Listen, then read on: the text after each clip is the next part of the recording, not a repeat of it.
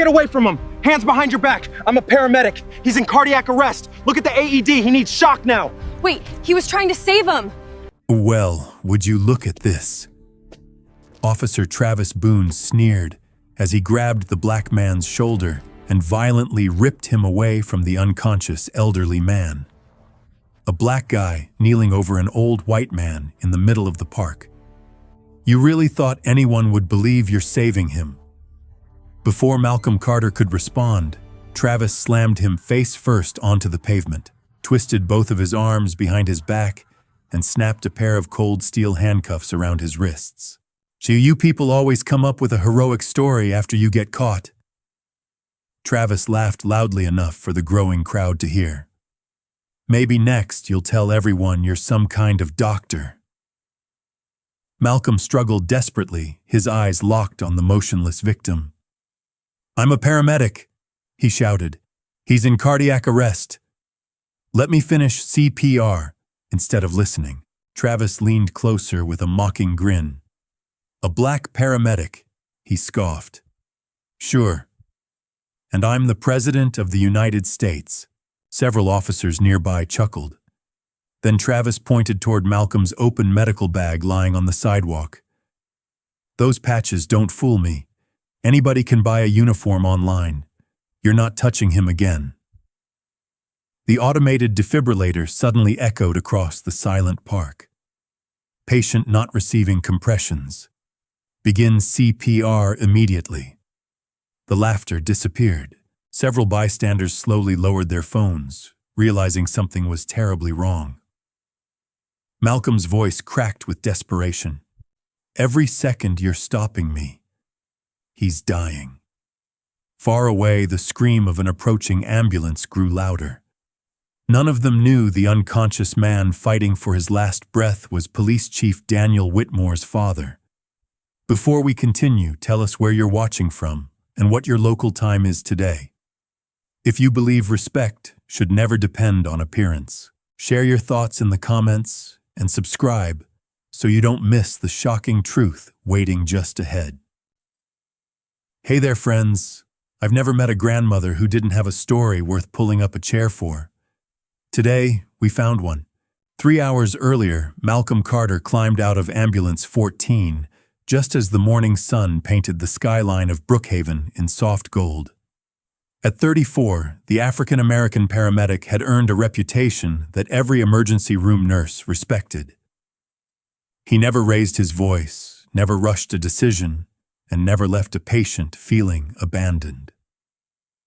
His calm presence had saved countless lives, but he never spoke about the commendations hidden inside a dusty box beneath his bed. His partner, Emily Sanchez, closed the ambulance doors and smiled. "Quiet morning," she said. Malcolm glanced at the blue sky. "Don't say that too loudly. Emergencies have a way of hearing us." The dispatcher suddenly crackled over the radio. "Ambulance 14 remain available. Multiple community events are taking place around Brookhaven today." "Copy that," Malcolm replied. Instead of waiting at headquarters, Malcolm walked across Maple Heritage Park to grab a bottle of water from a nearby food truck, while Emily stayed with the ambulance to finish paperwork. Families filled the park. Children chased bubbles through the grass. Grandparents sat beneath towering oak trees. A little girl laughed as her grandfather struggled to keep up with her near a stone walking path. Malcolm smiled. Moments like these reminded him why he had chosen emergency medicine instead of the higher-paying hospital jobs that had recruited him years earlier.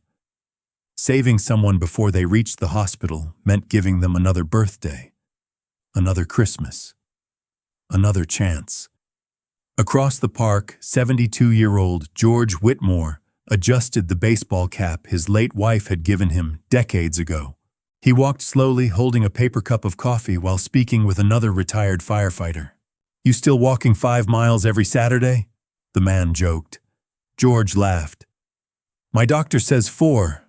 I tell him retirement means I finally have time for 5. Neither man noticed George briefly rubbing the center of his chest. The discomfort faded. He continued walking. Nearly 10 minutes later, George reached a quiet section of the park overlooking a small lake. His breathing became uneven, his vision blurred. The coffee slipped from his trembling fingers and shattered across the concrete. Nearby joggers turned at the sound. George reached for the park bench but never made it. His body collapsed heavily onto the sidewalk. People screamed, someone shouted for help. Another froze in panic. Malcolm heard the cries instantly. Without hesitation, he sprinted across the grass. "Call 911. Ho!" he yelled before even reaching the victim. He dropped to one knee beside George. No pulse. He tilted the man's head. No breathing. Malcolm immediately began chest compressions. 1, 2, 3. A college student pulled out her phone. "I'm calling. Tell dispatch this is an adult cardiac arrest," Malcolm instructed without slowing his rhythm. "Tell them CPR has already started." The young woman repeated every word to the dispatcher. Within seconds, Malcolm opened the emergency medical kit he always carried while off duty. Inside were gloves, airway equipment, a pocket mask, trauma shears, and a compact automated external defibrillator issued by Brookhaven EMS. A middle-aged man in a business suit frowned. "Are you really allowed to do that?" Malcolm never looked up. "I'm a paramedic." The bystander hesitated. "You don't have a uniform." "My ID is inside the bag." There was no time to argue. The AED powered on. Its electronic voice filled the air. "Attach pads to patient's bare chest." Malcolm exposed George's chest, carefully positioned the adhesive pads, and continued compressions exactly as the machine instructed. Around them, more people gathered.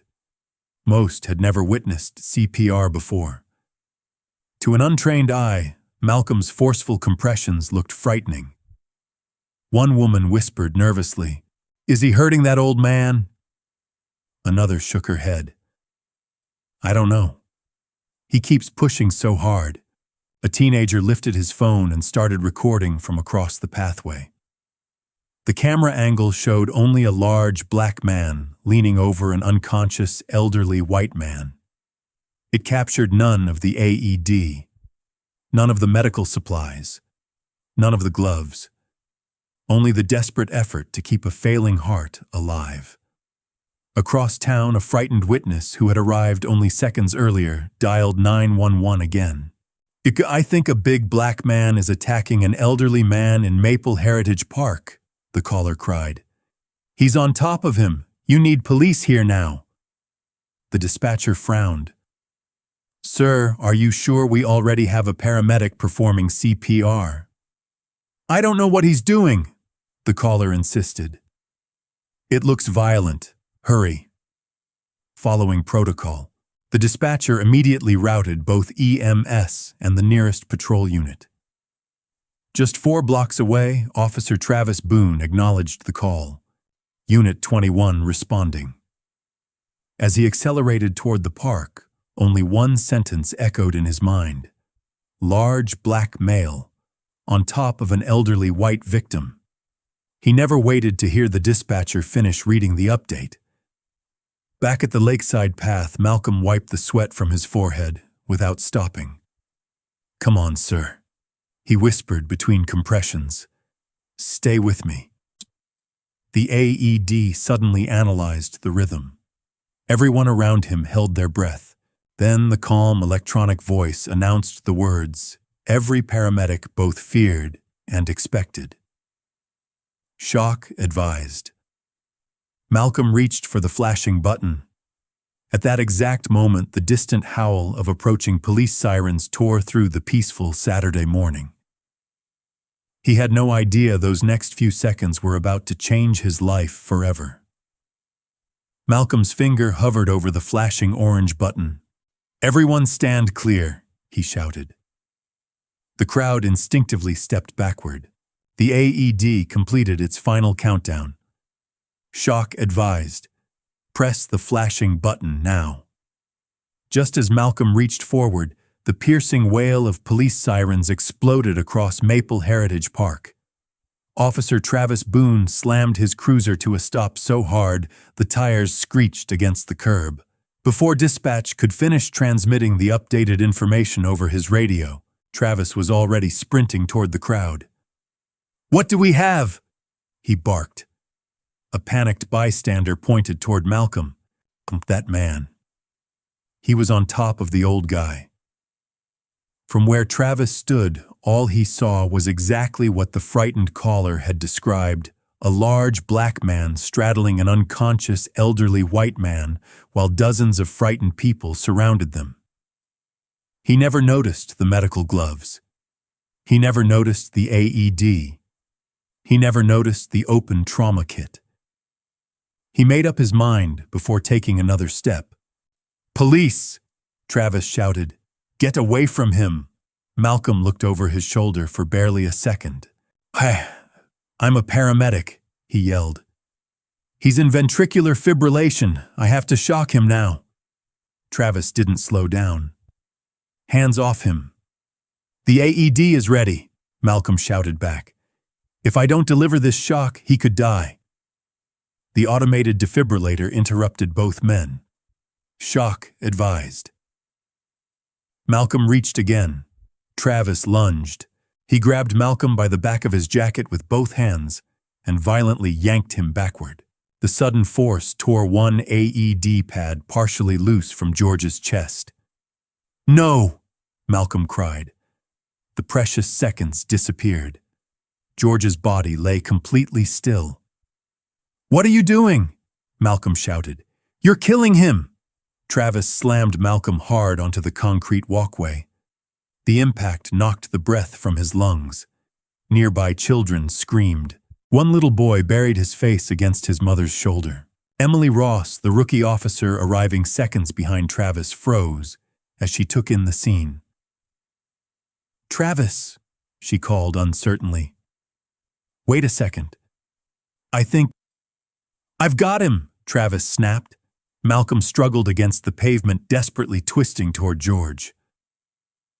"My medical bag," he yelled. "Look in the bag. My EMS identification is right on top." Instead of checking, Travis forced Malcolm's arms behind his back. "I've heard every excuse in the book." The handcuffs clicked shut. Metal bit into Malcolm's wrists. "I'm not resisting," Malcolm pleaded. "Please, just let me finish CPR." The AED spoke again. "Patient not receiving compressions." Its calm electronic voice echoed through the suddenly silent crowd. "Begin CPR immediately." Emily looked from the machine to Malcolm, then to the unconscious patient. Something didn't feel right. She stepped closer. "Travis, maybe we should verify."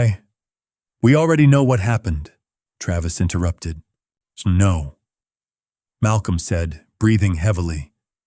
"You think you know." His eyes never left George. Every second without blood flowing to the man's brain felt like a knife twisting in his chest. Across the sidewalk, Malcolm's emergency bag had burst open during the struggle. Blue medical gloves, airway equipment, trauma shears, bandages, IV supplies. Everything lay scattered across the pavement. Emily stared at the equipment. Her expression changed. Why would someone attacking a victim carry all of this? Travis glanced briefly toward the bag but dismissed it. People steal medical gear all the time. "I didn't steal anything," Malcolm shouted. "I'm with Brookhaven EMS." The crowd began murmuring. An elderly woman slowly raised her hand. "I saw him run over after the gentleman collapsed," she said quietly. "He told us to call 911, added a college student. "He never attacked anybody." Another witness nodded. "He started helping immediately." For the first time, uncertainty flickered across several faces. But Travis refused to let go of his certainty. "He fooled all of you." Malcolm's voice cracked. "Officer, please." There was no anger left, only desperation. If you don't believe me, believe the machine. As if answering him, the AED repeated its warning. Begin CPR immediately. No one moved. The silence became unbearable. Then the dispatch radio clipped to Travis's shoulder suddenly crackled. Unit 21. Static interrupted the message. Confirm. EMS paramedic already on scene. The transmission faded beneath interference. Travis frowned. What was that? Dispatch tried again. Unit 21, the reporting party may have mistaken the situation. Caller 2 confirms an off-duty paramedic initiated CPR before police arrival. Verify before. The rest dissolved into static as another emergency transmission interrupted the frequency. Emily's eyes widened. Did you hear that? Travis tightened his jaw. Dispatch gets bad information all the time. They specifically said a paramedic. I said I've got this. At that exact moment, another sound echoed across the park. The siren Malcolm had been praying for. An ambulance rounded the corner and raced toward the growing crowd. Its lights flashed across the trees. Malcolm closed his eyes in relief. My crew, he whispered. They'll explain everything. The ambulance stopped only yards away. The rear doors flew open. 2 veteran paramedics jumped out carrying advanced cardiac equipment. One of them looked toward the patient, then toward the handcuffed man lying on the pavement, his face drained of color. Malcolm. The paramedic stopped dead in his tracks. What in God's name happened to Malcolm? Every person in the crowd suddenly realized the nightmare unfolding before their eyes was far from over. The 2 paramedics froze for only a heartbeat. Then instinct took over. Move, shouted Jason Miller, Malcolm's partner for nearly 6 years. He dropped to George Whitmore's side, his eyes widening as he recognized the detached AED pad. Who stopped compressions? No one answered. Jason immediately ripped open a fresh packet of electrodes, while his partner, Denise Harper, checked George's carotid artery. Still pulseless, she said grimly, starting compressions. She climbed over the elderly man and drove both hands into the center of his chest. 1, 2, 3. Jason reattached the loose electrode and looked toward Malcolm, his face twisted with disbelief. Why is he in handcuffs? Malcolm struggled to sit upright. I was shocking him, he said, breathing hard. They pulled me away. Jason stared at Officer Travis Boone. You interrupted a defibrillation, Travis folded his arms. I stopped a possible assault. Jason pointed angrily toward Malcolm's emergency bag scattered across the pavement. That's Brookhaven EMS equipment. I haven't verified that. You didn't verify anything, Jason snapped. You never even looked. The crowd fell silent. Several people exchanged uneasy glances. Emily Ross slowly walked toward the medical bag. I'm checking, she said quietly. Travis stepped into her path. Don't. She stopped. Why, because this scene is under police control. Emily looked directly into his eyes. And if he's telling the truth? Travis hesitated for the first time. He isn't. Emily bent anyway. She picked up a blue identification wallet lying half beneath the trauma kit. Inside was Malcolm's official Brookhaven Emergency Medical Services badge, his photograph, employee number, advanced cardiac life support certification, critical care paramedic credentials. She looked up slowly. Travis. Her voice barely rose above a whisper. He's EMS. For a split second, Travis said nothing. Then pride won over doubt. Anyone can fake an ID. Jason laughed once. It wasn't amusement. It was disbelief. fake an EMS badge. He pointed toward the ambulance. Run his employee number. No one moved. The AED interrupted again. Analyze rhythm. Everyone stepped back. George's body lay frighteningly still. The machine paused, then spoke. Shock advised. Jason pressed the flashing button. George's body jerked violently. The crowd gasped. Resume CPR. Denise immediately restarted compressions. Sweat rolled down her forehead. Come on, George. Malcolm watched helplessly from the pavement. Every compression she delivered should have been his. Every lost second replayed inside his mind. Emily knelt beside him. I'm sorry. Malcolm looked at her. You still have a chance to help him. Tell me what to do. Count the compressions. She looked confused. What? They'll get tired. Without another word, Emily turned toward Denise. Compression count, 19 or 20. Her voice joined the resuscitation effort. For the first time since arriving, she stopped acting like a police officer. She simply became another person trying to save a life. Across the park entrance, another patrol car pulled in. Officer Rachel Kim stepped out carrying a tablet. Dispatch sent updated information. She walked directly toward Travis. What's going on? We've got a suspect in custody. Rachel frowned after reading the dispatch notes. It says the suspect is the responding paramedic. Jason looked at Travis. You hearing this now? Rachel continued reading. Dispatch logged 3 separate witnesses, confirming Malcolm Carter identified himself as an off-duty paramedic before police arrived. The words landed like stones. Travis clenched his jaw. He still could have been lying. Rachel lowered the tablet. Dispatch also confirmed his employment with Brookhaven EMS. Silence.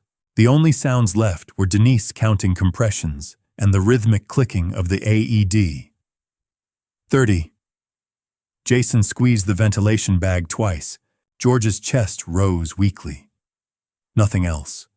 No pulse. No movement. Denise looked toward Malcolm. How long were compressions interrupted? Malcolm closed his eyes. Maybe 45 seconds. Jason's shoulders dropped. Damn! Everyone working cardiac arrests understood what that meant. 45 seconds without effective CPR during ventricular fibrillation could be the difference between recovery and permanent brain injury. A little girl standing behind the police tape tugged on her mother's sleeve. Mom, what is it? Why is the man who was helping wearing handcuffs? Her innocent question cut deeper than any accusation. Several bystanders lowered their heads. One elderly veteran stepped forward. I saw everything. Every eye turned toward him. The black gentleman never hurt anybody. Hatiai, he pointed toward George. He was begging the officer to let him keep saving that man's life. Another witness nodded. So did I. And me. I heard him say he was a paramedic. One voice became 3. 3 became 7. The entire story that had seemed so obvious only minutes earlier began collapsing under the weight of eyewitness accounts. Travis looked around. The confidence that had fueled every decision since arriving was disappearing. But before anyone could speak again, Denise suddenly shouted, I've got something! Jason reached for George's neck. A long second passed. Then another. Finally, his fingers stopped. He looked up. We have a pulse. A wave of relief swept through the crowd. Some people applauded. Others wiped tears from their eyes. Malcolm let out a shaky breath he didn't realize he'd been holding. George was alive. Barely. But alive. Jason immediately prepared the stretcher. We're transporting now. As George was carefully loaded into the ambulance, his right hand twitched ever so slightly. No words came, only a faint movement. Yet it was enough to remind everyone that a life still hung in the balance.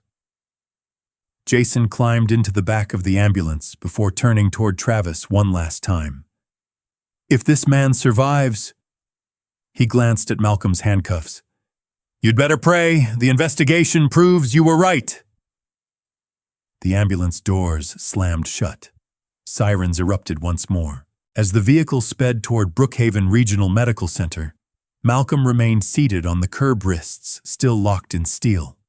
Across town, inside police headquarters, Chief Daniel Whitmore was finishing a command meeting when his desk phone rang. He answered without hesitation. Within seconds, every trace of color disappeared from his face. "My father." The room fell silent. No one yet realized that the officer responsible for stopping the CPR was one of Daniel Whitmore's own men, and within the hour, the truth would shake the entire department. The ambulance disappeared through the park gates with its sirens screaming into the distance, leaving behind a silence far heavier than the chaos that had come before.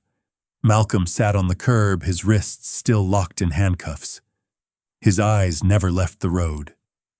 "Come on, George," he whispered to himself. "Don't quit now." Officer Emily Ross stood a few feet away, unable to meet his eyes. She had joined the force only 18 months earlier. Every instructor had taught her that hesitation could cost lives. But no academy had prepared her for the possibility that unquestioning obedience could do the same. Jason Miller's final words echoed relentlessly inside her mind. "You'd better pray. The investigation proves you were right." Officer Travis Boone finally broke the silence. "Take him to the station." Emily looked up in disbelief. "What? We're sorting this out downtown. He just helped save a man's life." "He was involved in the incident." Malcolm slowly stood. "I'll come voluntarily," he said quietly. "There's no reason for these." He lifted his cuffed hands. Travis ignored the request. "Procedure." Malcolm didn't argue. Years in emergency medicine had taught him that arguing with emotion rarely changed anyone's mind.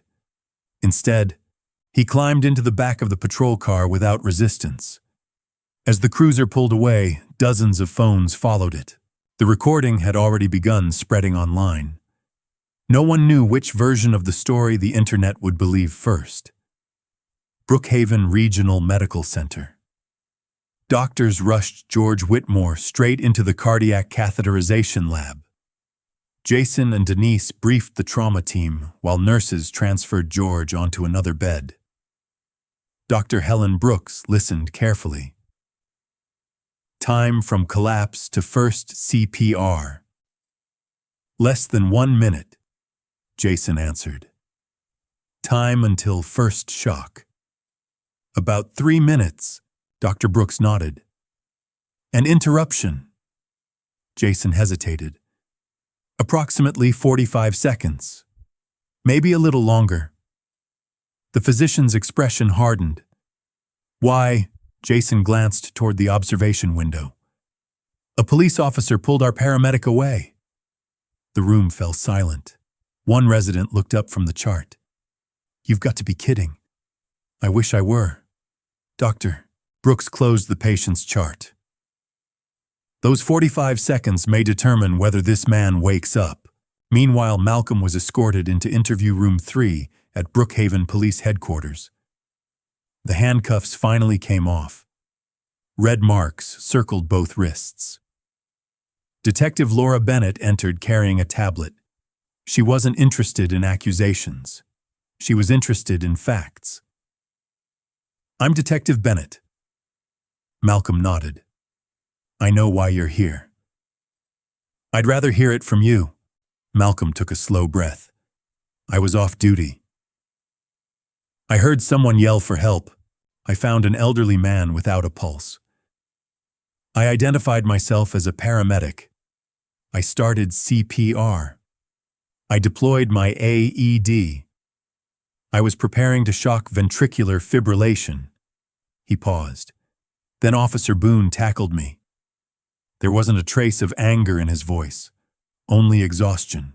Detective Bennett wrote quietly. Did you ever strike the patient? No. Threaten anyone? No. Resist arrest? No. Anything else you want on the record? Malcolm stared at the tabletop. Only one thing. What? I hope Mr. Whitmore survives? The detective frowned. You know his name. It was on his medical alert bracelet. Nothing more, nothing less. Across town, Chief Daniel Whitmore's black SUV stopped abruptly outside the emergency entrance. He ran through the sliding doors. A nurse intercepted him. Chief Whitmore, my father. This way.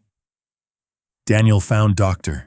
Helen Brooks waiting outside the intensive care unit. Is he alive? Barely.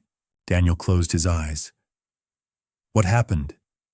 He suffered sudden cardiac arrest. I know that. I mean, what happened after Dr. Brooks chose her words carefully? Your father received excellent CPR almost immediately. Daniel exhaled with relief. But, she continued, there was a significant interruption before advanced life support resumed. His expression changed. Interrupted by what? I think internal affairs should answer that. Before Daniel could ask another question, Jason Miller stepped out from the ICU hallway. His uniform was still stained with sweat. You the chief? Daniel nodded. I'm Jason Miller. I worked the code. Thank you for saving my father. Jason didn't answer. Instead, he looked directly into Daniel's eyes. The man who gave your father his best chance isn't here. What do you mean? He's sitting in one of your interrogation rooms. Daniel blinked. What? The first paramedic on scene. He was arrested. For several long seconds, the hallway became impossibly quiet. Arrested, Daniel repeated. Jason nodded once. While performing CPR. Daniel's face tightened. Who arrested him? Jason hesitated. I think that's something you need to discover yourself. At the police headquarters, Officer Emily Ross sat alone in the locker room, replaying every second in her memory. She remembered Malcolm begging, "Check my medical bag." She remembered refusing to step past Travis. She remembered the AED warning everyone that compressions had stopped. Most of all, she remembered the little girl's question. Why is the man who was helping wearing handcuffs? Emily buried her face in her hands. For the first time since graduating from the academy, she wondered whether wearing the badge also meant having the courage to admit when another officer was wrong. Her thoughts were interrupted by a notification vibrating across her phone. A local news alert. Video officer arrests man during medical emergency. Witnesses claim he was the paramedic within minutes. 10,000 views, then 50,000, then 200,000. Comments flooded every platform. Some defended the officer. Others demanded answers. Then another video surfaced. This one showed Malcolm sprinting across the park long before the police arrived. The tide of public opinion had begun to shift. And somewhere inside police headquarters, Chief Daniel Whitmore had just requested every body camera recording from Maple Heritage Park. Someone's version of the truth was about to be tested against the evidence. Chief Daniel Whitmore stood alone inside the department's digital evidence unit, staring through the glass wall as technicians loaded footage from every available source. Body cameras, dash cameras, dispatch recordings, civilian cell phone videos. The room buzzed with quiet urgency. No edits, Daniel ordered. No summaries. I want every second exactly as it happened. Yes, Chief. Across the building, Malcolm Carter remained seated in interview room 3. No charges had been filed, yet no one had told him he was free to leave. A paper cup of untouched coffee sat in front of him. His thoughts weren't on himself. They were on George Whitmore. He silently replayed the resuscitation over and over. Collapse. CPR within 40 seconds. First rhythm analysis. Ventricular fibrillation. Interruption. He clenched his fists. The interruption haunted him, not because it had ruined his day, because it might have stolen an innocent man's future. The interview room door opened. Detective Laura Bennett stepped inside. "I just received an update from the hospital." Malcolm immediately looked up. "Is he alive?" "For now." He released a slow breath. "But the doctors aren't making any promises." Malcolm nodded silently. "I expected that." Laura frowned. "But you did." "No, a cardiac arrest isn't only about restarting the heart." He spoke softly, almost like he was teaching a classroom. "The brain survives on oxygen delivered by blood flow." He tapped the table gently. "Every uninterrupted chest compression pushes blood to the brain." He paused. "When CPR stops and brain cells begin dying." Laura lowered her pen. "So 45 seconds. That can change someone's entire life." Neither of them spoke again. They didn't need to. Meanwhile, Officer Emily Ross walked into dispatch communications carrying her notebook. Dispatcher Sarah Ellis recognized her immediately. "You were at Maple Heritage Park." Emily nodded. "I need the original recordings." Sarah opened the incident log. "I've been waiting for someone to ask." She clicked the first emergency call. The room filled with the frightened voice of a young college student. "We need an ambulance." An elderly man collapsed. "There's an off-duty paramedic doing CPR." Emily listened carefully. The timestamp read, 10:17:42 a.m. Sarah played the second recording. A different caller. Panicked. "I think a big black man is attacking an old white man." Timestamp, 10:18:26 a.m. Emily looked up. The first caller came 44 seconds earlier. Sarah nodded and listened to what happened next. She played the dispatch transmission sent to responding units. "Adult cardiac arrest. Off-duty paramedic on scene. Police respond to assist with crowd control." Emily blinked. That's what Travis should have heard. Sarah clicked another audio file. A fragment of radio traffic echoed through the speakers. "A Unit 21, responding paramedic already on scene." Static interrupted the transmission. Emily remembered hearing exactly those broken words. Her stomach tightened. He never asked for a repeat. Sarah folded her arms. "He acknowledged the call before I could finish updating him." For the first time, Emily realized the tragedy hadn't been caused by missing information. It had been caused by someone deciding he already knew enough. Back inside digital evidence, the first body camera footage appeared on a large monitor. Officer Travis Boone's camera. The video began as he exited his cruiser. Heavy breathing, running footsteps. Then a frightened bystander pointed toward Malcolm. "He's over there." Daniel watched silently. The video showed Malcolm kneeling over his father. The AED sat clearly beside him. Its bright green case was impossible to miss. Daniel narrowed his eyes. Pause. The technician froze the frame. "Zoom in." The image enlarged. George's chest was exposed. AED pads were already attached. A trauma kit lay open beside Malcolm. Daniel spoke quietly. "My God." The video resumed. Malcolm shouted, "I'm a paramedic. He's in ventricular fibrillation." Daniel turned toward the technician. "Increase the volume." The words became unmistakably clear. "I'm a paramedic. He's dying. I have to shock him." Daniel's jaw tightened. Nobody in the room moved. Then came the moment. Travis grabbed Malcolm from behind. The shock was never delivered. The AED immediately announced. A shock advised.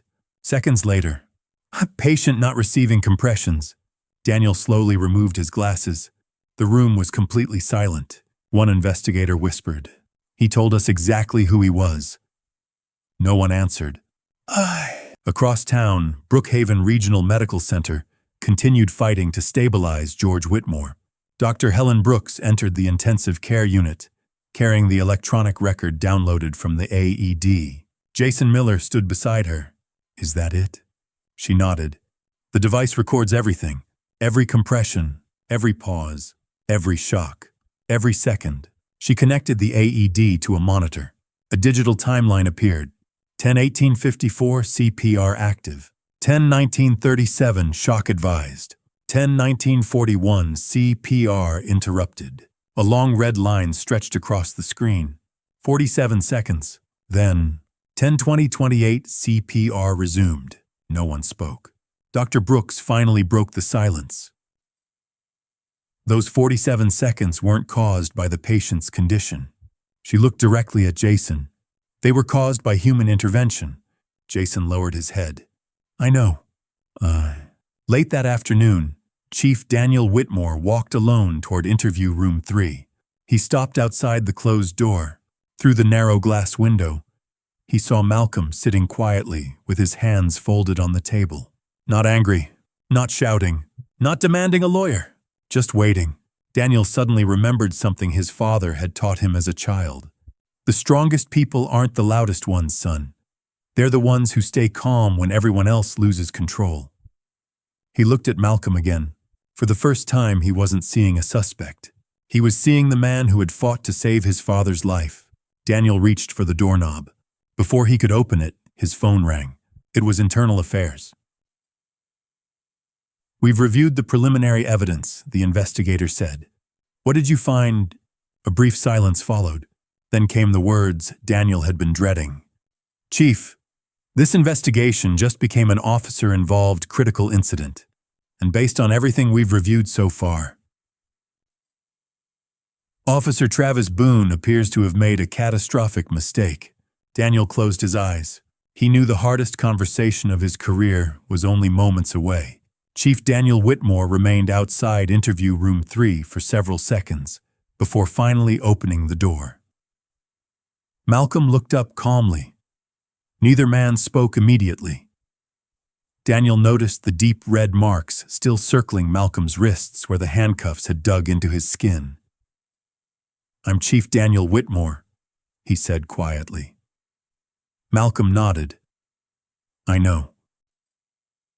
Daniel pulled out a chair and sat across from him. I've reviewed part of the evidence. Malcolm waited. I also know, Daniel continued, that the patient you were treating was my father. For the first time, genuine emotion crossed Malcolm's face. How is he? Daniel answered honestly. He's alive. Malcolm closed his eyes in relief. Thank God. Daniel had expected anger. He had expected accusations. Instead, the first concern Malcolm showed was for the man whose rescue had nearly cost him his own freedom. That realization settled heavily on the chief's conscience. I'm sorry for what happened, Daniel said. Malcolm shook his head gently. Save your apology until your father wakes up. Daniel frowned. What do you mean, if he recovers? Malcolm replied quietly. Then we all still have something to be grateful for. Before Daniel could respond, the conference phone on the wall rang. Internal Affairs. Chief, we need you upstairs. I'll be there in a minute. Daniel stood. I promise you one thing. Malcolm looked at him. Why, we're going to find out exactly what happened. I hope you do. Daniel hesitated. And until then, Malcolm finished the sentence for him. I'm still the suspect. The chief couldn't deny it. Not yet. He walked out carrying more doubt than certainty. 2 floors above Internal Affairs had transformed the briefing room into a temporary investigation center. Screens covered one wall. Dispatch logs filled another. Every minute of the incident had been reconstructed. Captain Rebecca Lawson addressed the room. We now have 7 eyewitness statements. She clicked the remote. 5 independently confirm Malcolm Carter identified himself as a paramedic before physical contact occurred. Another slide appeared. 3 witnesses state Officer Boone ignored requests to inspect Malcolm's medical identification. Travis Boone sat stiffly at the end of the table. His confidence from earlier had begun to crack. Captain Lawson turned toward him. Officer Boone. Yes, ma'am.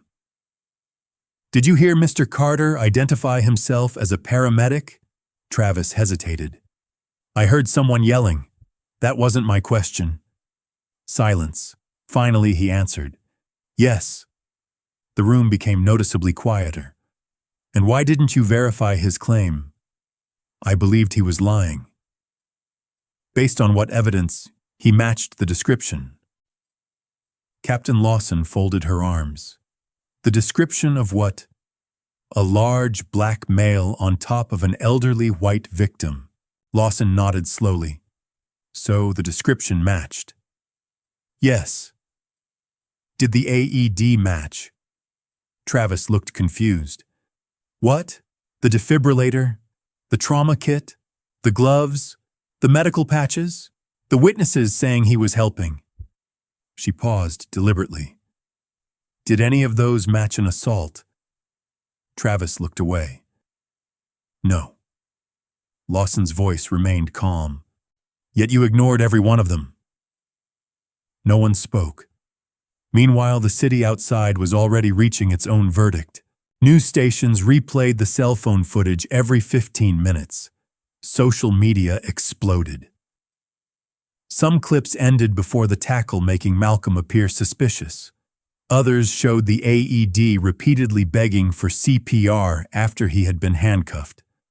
The second video spread much faster. By evening, millions had watched it. Comments poured in. He was trying to save a life. Why didn't anyone check his medical bag?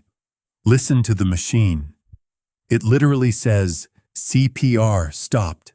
Outside police headquarters, reporters began gathering. Satellite trucks lined the street. Questions came faster than answers. Inside Brookhaven Regional Medical Center, George Whitmore remained unconscious. Machines breathed for him. Monitors displayed slow but steady heart activity. Dr. Helen Brooks met Daniel outside the ICU. We've stabilized his heart, Daniel exhaled. And his brain. We won't know until he wakes up. She hesitated. I reviewed the AED timeline again. Daniel already knew what she was going to say. 47 seconds. She nodded. Those were 47 seconds without effective circulation. Daniel stared through the ICU window.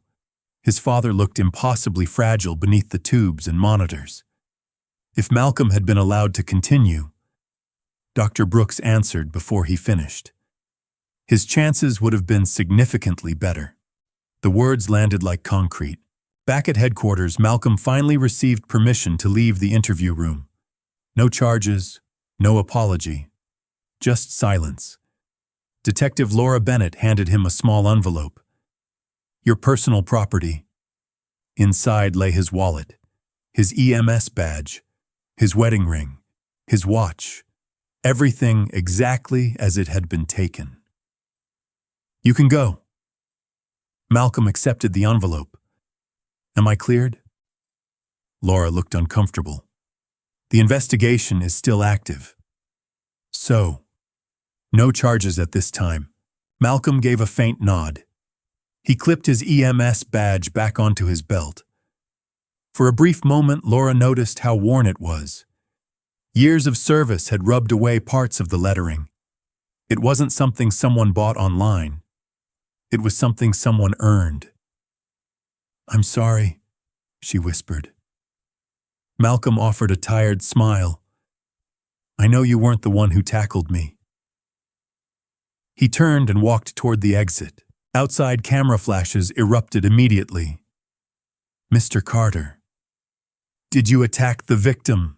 Did police discriminate against you? Are you suing the department? Malcolm stopped only once. He looked at the dozens of microphones pointed toward him. The only person I'm thinking about tonight is the man in that hospital. He paused. I just hope he gets to go home. Nothing more. He walked away. Several reporters lowered their microphones. That single answer said more about his character than any press conference ever could. Late that evening, as Internal Affairs prepared to suspend Officer Travis Boone pending the next phase of the investigation, a young detective hurried into Captain Lawson's office carrying a sealed evidence bag. "Captain, what is it?" "We found another witness." Lawson looked up. "A witness?" The detective nodded. "Not exactly." He carefully removed a small action camera from the evidence bag. "It belongs to a cyclist who was riding through the park." Lawson frowned. "Does it show the incident?" The detective's expression turned serious. "It shows everything." He swallowed. From the moment George Whitmore collapsed, until Officer Boone put the handcuffs on Malcolm. Lawson immediately reached for the memory card. Because everyone in the room understood one thing. If that footage matched the timeline, there would be nowhere left for the truth to hide. The conference room at Brookhaven Police Headquarters had never been so quiet. Every chair was occupied. Internal Affairs investigators, city attorneys, senior officers. Chief Daniel Whitmore stood at the front of the room, his expression unreadable. On the large screen behind him waited a single video file labeled Cyclist Camera, Maple Heritage Park. 10:17 a.m. "Play it," Daniel said. The recording began. Unlike the shaky cell phone clips that had flooded social media, this footage was steady, continuous, and brutally clear. The cyclist entered the park just seconds before George Whitmore collapsed. The camera captured everything. George clutching his chest, his coffee cup falling, his body striking the pavement. Before anyone else reacted, Malcolm Carter sprinted into the frame. He never hesitated. He knelt beside George, checked for breathing, and immediately shouted, "Call 911, adult cardiac arrest." A young woman dialed her phone while Malcolm opened his medical bag. He pulled on blue gloves, displayed his EMS identification to the nearest bystander, then began chest compressions. Captain Rebecca Lawson paused the video. "Zoom in." The technician enlarged the image. Malcolm's official Brookhaven EMS badge was clearly visible hanging from the inside pocket of his jacket. "So he identified himself before police arrived," one investigator murmured. "No," Daniel corrected quietly. "He identified himself before anyone questioned him." The room fell silent again. The footage continued. The AED instructed Malcolm to attach the pads. He followed every protocol exactly. Compression depth, airway, rhythm analysis. Everything matched national resuscitation guidelines. Dr. Helen Brooks, invited to observe the review, spoke without taking her eyes off the screen. "If this were a training video," she paused, "I'd use it to teach new paramedics." Even seasoned detectives nodded. There wasn't a single unnecessary movement, only disciplined, practiced medicine. Then the patrol car entered the frame. Officer Travis Boone jumped out before his vehicle had completely stopped. The room watched him run toward Malcolm. The audio became painfully clear. "I'm a paramedic," Malcolm shouted. "He's in ventricular fibrillation. I need to shock him." Daniel slowly closed his eyes. The words echoed through the speakers, undeniable, impossible to misinterpret. Yet Travis never slowed. He tackled Malcolm from behind. The AED pad peeled away. The machine announced, "Shock advised." Then, "Patient not receiving compressions." No one inside the conference room moved. The only sound was the mechanical voice repeating itself. "Begin CPR immediately." Captain Lawson stopped the recording. She turned toward Travis. "Do you dispute anything shown in this video?" Travis swallowed. "No." "Do you dispute hearing him identify himself?" No. Do you dispute seeing the AED? No. Do you dispute seeing the trauma kit? No. Lawson leaned forward. Then explain why you ignored every piece of evidence in front of you. Travis searched desperately for an answer. His voice failed.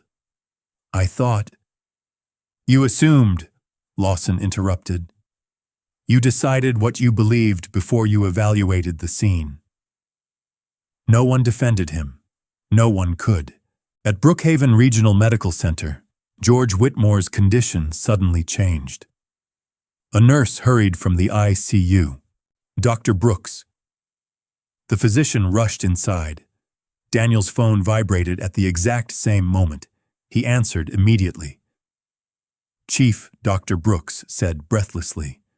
Your father is responding. Daniel didn't wait for another word. He left headquarters at once. 20 minutes later, Daniel entered the intensive care unit. George Whitmore slowly opened his eyes. They were tired, confused, but alive. Daddy. George turned weakly toward his son. His voice was barely audible. The paramedic. Daniel leaned closer. Don't try to talk. George gently shook his head. Where is he? Daniel hesitated. He's safe. George frowned. He saved me. His breathing remained shallow. He never stopped. Daniel looked away. His father didn't know. He didn't know Malcolm had been dragged away. He didn't know handcuffs had replaced helping hands. George squeezed Daniel's wrist with surprising strength. Find him. I will. No, George whispered. Thank him. Tears filled Daniel's eyes. I promise. Back at police headquarters, Officer Emily Ross sat alone watching the cyclist footage one final time. She stopped at a single frame, Malcolm's face. He wasn't looking at the crowd. He wasn't looking at the officers. He was looking only at George. As if nothing else in the world mattered, Emily quietly whispered to herself, he never stopped being the paramedic. Her phone rang. It was Captain Lawson. Emily. Yes, ma'am. I need your original statement. Emily understood immediately. You want me to amend it? I want the complete truth. Emily took a deep breath. When I first arrived, Malcolm repeatedly identified himself as a paramedic. She closed her eyes. I heard him. And I failed to insist that Officer Boone verify his credentials. There was a long silence. Captain Lawson finally replied, Thank you for telling the truth. Emily ended the call feeling lighter than she had all day. That evening, Brookhaven City Hall announced an emergency press conference for the following morning. Rumors spread through every newsroom. Was an officer being fired? Was the department covering something up? Or had an even bigger truth been discovered? Inside his office, Chief Daniel Whitmore placed Malcolm Carter's EMS personnel file beside the cyclist video, the body camera footage, the AED timeline, and the dispatch recordings. Every piece of evidence pointed in exactly the same direction. There was no mystery left, only accountability. Daniel picked up his phone and dialed a number he had never expected to call. Mr. Carter, this is Chief Daniel Whitmore. A brief silence followed. Then Daniel spoke words that would change both of their lives forever. I owe you an apology. And by sunrise, the entire city would hear it. By 8 o'clock the following morning, every seat inside Brookhaven Police Headquarters' main briefing room was filled. Police supervisors, internal affairs investigators, city officials, representatives from Brookhaven EMS. Television cameras lined the back wall. Outside, dozens more reporters waited for answers. Chief Daniel Whitmore stepped to the podium without a prepared speech. Behind him, a massive screen displayed only 4 words: facts, timeline, evidence, truth. He looked across the room. We're not here to protect reputations. He paused. We're here to protect the truth. No one spoke. Daniel nodded toward the technician. Play the synchronized timeline. The screen split into 4 sections. Officer Boone's body camera, the cyclist's camera, dispatch audio, the AED event log. Every clock had been synchronized to the exact second. The footage began. 10:17:42. George Whitmore collapsed. 10:17:48. Malcolm Carter reached him. 10:17:56. No pulse, Malcolm said. Call 911. The dispatcher recording immediately confirmed the first emergency call. Adult male in cardiac arrest. Off-duty paramedic providing CPR. Daniel turned toward the audience. That information entered our system before any police officer was dispatched. The synchronized video continued. Malcolm attached the AED, applied the pads, continued compressions. Then came the crucial moment. The dispatcher radio transmitted, "Responding units be advised, off-duty paramedic already on scene." Officer Boone's body camera captured the words clearly. At the exact same second, the cyclist's camera showed Malcolm shouting, "I'm a paramedic, I need to shock him." Then, Travis Boone tackled him. The screen froze. A 5th window appeared. The AED timeline. 10:19:41 CPR interrupted. A red timer started counting upward.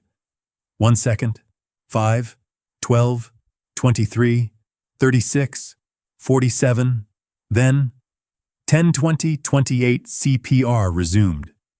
The room became unbearably quiet. Dr. Helen Brooks stepped forward. As Chief of Emergency Medicine at Brookhaven Regional, I reviewed the complete medical record. She pointed toward the red timer. These 47 seconds were not caused by equipment failure. She looked directly at the audience. They were not caused by the patient's condition. Her voice grew firmer. They were caused by the physical removal of the paramedic performing life-saving treatment. Every reporter wrote furiously. Camera shutters exploded throughout the room. Chief Whitmore faced Officer Travis Boone. Officer Boone. Travis slowly stood. Yes, Chief. Did you hear Malcolm Carter identify himself as a paramedic? Yes. Did you hear dispatch report an off-duty paramedic on scene? Yes. Did you see the AED? Yes. The trauma kit? Yes. The EMS identification? Travis lowered his head. I didn't verify it. Daniel's voice remained calm. Why? The room waited. Travis swallowed. I believed. His words stopped. Daniel waited. Finally, Travis forced himself to continue. Though I believed the caller describing a black suspect more than the evidence in front of me. The confession echoed through the silent room. No one interrupted. No one needed to. Daniel spoke quietly. That assumption nearly cost my father his life. Travis closed his eyes. I know. I can't change what happened. No. Daniel nodded slowly. You can't. He turned toward Captain Rebecca Lawson. Effective immediately, Officer Travis Boone is relieved of duty, suspended without police powers pending termination proceedings, and referred for administrative and legal review. 2 internal affairs investigators stepped forward. Travis quietly removed his badge, then his service weapon. Finally, he placed both on the conference table. The metallic sound echoed through the room. For the first time in his career, he no longer wore the badge. The briefing room doors opened once more. Every person instinctively turned. Malcolm Carter entered wearing a clean Brookhaven EMS uniform. The bruises around his wrists had begun turning dark purple, yet his posture remained straight. Chief Whitmore walked directly toward him. Without saying a word, Daniel removed his own police cap. He stood silently for several seconds. Then, in front of every camera in the room, he extended his hand. "Mr. Carter." His voice trembled. "Yesterday, while my officers were treating you like a criminal, you were trying to save my father's life." He drew a slow breath. "As chief of police, I offer you my deepest apology. As a son," his eyes filled with tears, "thank you for refusing to give up on my father." The room stood completely still. Malcolm looked at the outstretched hand. Instead of taking it immediately, he asked only one question. "How is George?" Daniel smiled for the first time in 2 days. "He's awake." A faint smile crossed Malcolm's face. "That's all I needed to hear." Only then did he shake Daniel's hand. The room erupted into applause. Not because a scandal had ended, but because dignity had finally defeated assumption. As the applause slowly faded, Daniel turned back toward the microphones. "This investigation is not over." He looked across every camera in the room. "We will examine every policy, every training procedure, and every decision that allowed this to happen." He paused. "Because justice means more than admitting a mistake.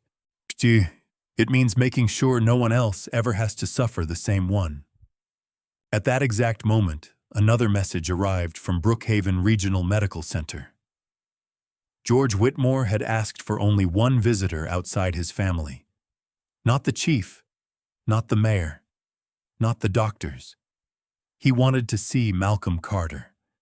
And that meeting would become the most emotional moment of them all. Late that afternoon, Malcolm Carter quietly walked through the intensive care unit of Brookhaven Regional Medical Center. The nurses smiled as he passed. Several recognized him from years of working emergency calls together. Room 412 stood open. George Whitmore looked noticeably weaker than he had before his cardiac arrest, but the color had returned to his face. When he saw Malcolm, his eyes brightened. "So," George said with a faint smile, "I finally get to thank the man who refused to let me die." Malcolm walked to the bedside. "You don't owe me thanks, sir." George chuckled softly. "My son already told me everything." He glanced down at Malcolm's bruised wrists. "I wish he hadn't." Malcolm instinctively lowered his hands. "They'll heal." George slowly shook his head. "I'm not talking about your wrists. I'm talking about what happened to your dignity." The room became quiet. George reached for Malcolm's hand. "I served this city for 40 years. I taught my son that a badge should protect innocent people." Tears gathered in the elderly man's eyes. And somehow, Chiku, the man wearing the badge, forgot what the man without one never did. Malcolm gently squeezed his hand. "The important thing is that you're here." George smiled. "Because you never stopped seeing a patient." 1 week later, Brookhaven City Hall overflowed with residents. Police officers stood beside firefighters. Paramedics stood beside nurses. Community leaders filled every seat. Mayor Linda Reynolds stepped to the podium. Today is not simply about recognizing extraordinary courage. She looked toward Malcolm. It is about acknowledging an extraordinary failure and promising our community that we will learn from it. The audience stood as Malcolm approached the stage. Chief Daniel Whitmore waited beside the mayor. Instead of standing behind the podium, Daniel walked down the steps and met Malcolm at ground level. He wanted everyone to understand one thing. Respect should never have to look down. Daniel accepted a small velvet case from the mayor. Inside rested the city's highest civilian life-saving medal. He carefully pinned it onto Malcolm's uniform. This medal recognizes extraordinary skill. He paused. But it can never fully repay what this city owes you. The applause thundered through the auditorium. When it finally settled, Daniel continued. Effective immediately. Brookhaven Police Department is implementing new emergency response protocols. Large screens illuminated behind him. Every officer responding to a medical emergency would now be required to verify the identity of medical personnel before using force unless an immediate threat clearly existed. All patrol officers would receive annual joint training with EMS and firefighters. Dispatch updates regarding medical responders would require verbal confirmation before officers could clear the call. The policy became known as the Carter Protocol. The audience rose to its feet once again. Captain Rebecca Lawson stepped forward with another announcement. Following the internal affairs investigation, Officer Travis Boone has been officially terminated from the Brookhaven Police Department. She continued, "The findings have also been forwarded to the appropriate state certification board for further review." There were no cheers, only silence. Justice Malcolm realized was never about celebrating someone else's fall. It was about making sure the same mistake could never happen again. After the ceremony ended, reporters surrounded Malcolm one final time. "Mr. Carter, what does this medal mean to you? Do you forgive Officer Boone? What message do you have for the country?" Malcolm looked around at the police officers, firefighters, paramedics, and ordinary families standing together. He smiled gently. "This medal isn't the most important thing that happened." The cameras leaned closer. "The most important thing is that George Whitmore gets to go home." He paused. "And if our city truly learns from this, then maybe the next paramedic won't have to choose between saving a life and proving he belongs beside the patient." The room fell silent. Even the reporters lowered their microphones. Several months later, Maple Heritage Park looked exactly as it had before. Children laughed. Joggers passed beneath the oak trees. Families gathered near the lake. A small bronze plaque had been installed beside the walking path. It read, "In honor of Paramedic Malcolm Carter, who reminded an entire city that compassion must never be overruled by assumption." One Saturday morning, George Whitmore stood beside the plaque with his son. "You know," George said quietly, "people keep telling me Malcolm saved my life." Daniel smiled. "He did."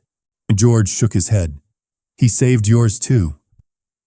Daniel looked confused. "My life," George nodded toward the police badge on Daniel's uniform. "If you had ignored the truth, you would have lost something far more valuable than your career." Daniel understood. Trust, honor, integrity. Those were the real things Malcolm had saved. Across the park, Malcolm walked past in his EMS uniform on the way to another shift. George raised a hand. Malcolm smiled and waved back before climbing into Ambulance 14. Moments later, the siren sounded once again. Another stranger somewhere in Brookhaven needed help. And just as always, Malcolm Carter answered the call. True character is revealed when compassion is stronger than assumption. Every choice we make has the power to protect someone's dignity or take it away. If this story touched your heart, share your thoughts in the comments about where respect begins, and don't forget to subscribe for more inspiring stories of courage, justice, and hope.